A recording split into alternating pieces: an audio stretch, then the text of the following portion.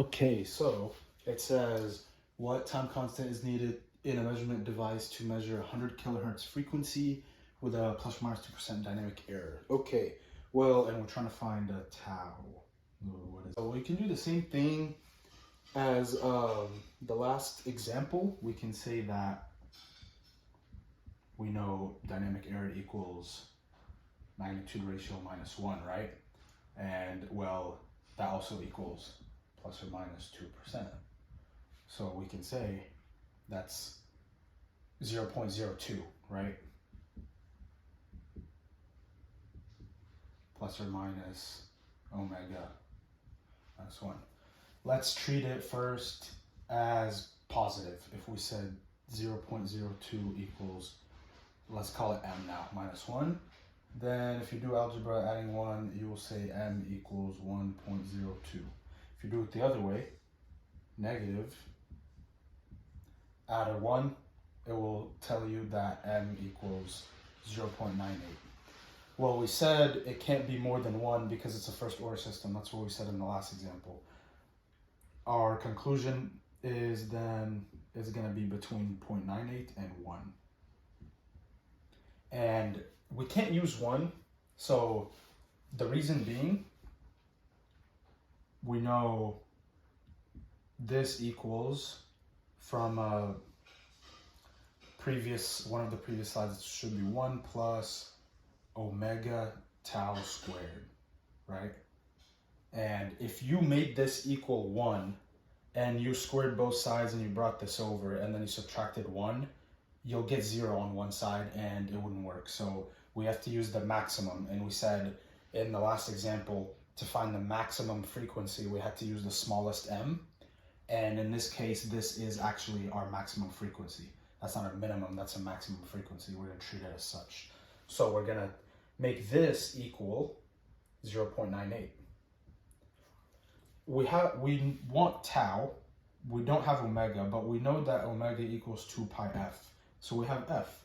Once you have that, then you got everything else. We can transform it. We can say that this is 1 over root 1 plus, well, if this is 2 pi f tau, then we can distribute the square. So it can be 4 pi squared f squared tau squared.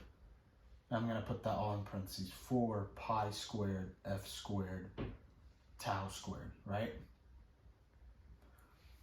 All right, so that's what I want to focus on. Let's square both sides so we can get rid of the square root, and then let's see what 0.98 squared is. 0.9604.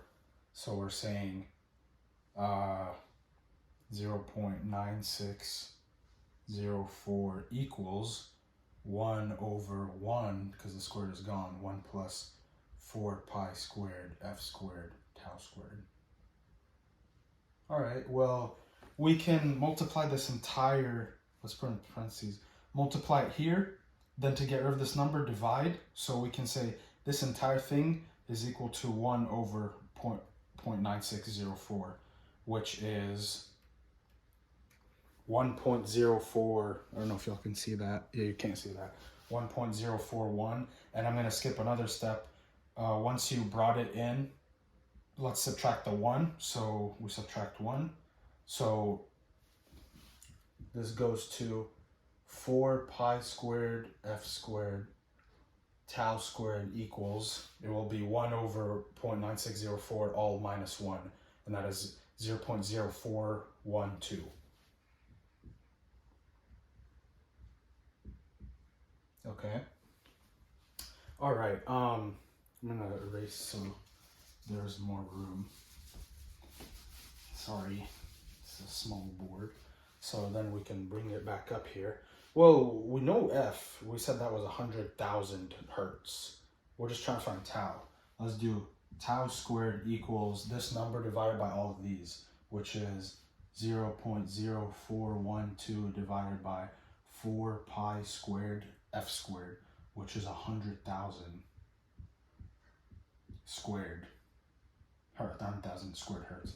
That, let's see what that equals. That equals 1.04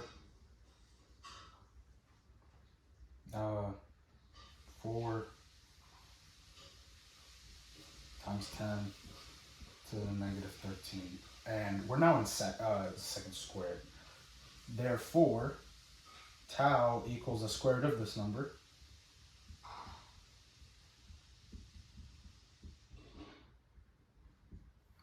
Let's take the square root of that number.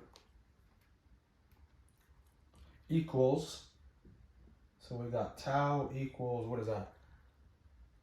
1, 2, 3, 4, 5, 6. Okay, 0.323 times 10 to the negative 6, which is microseconds. And you can check on his lecture, that's what he got. Yes.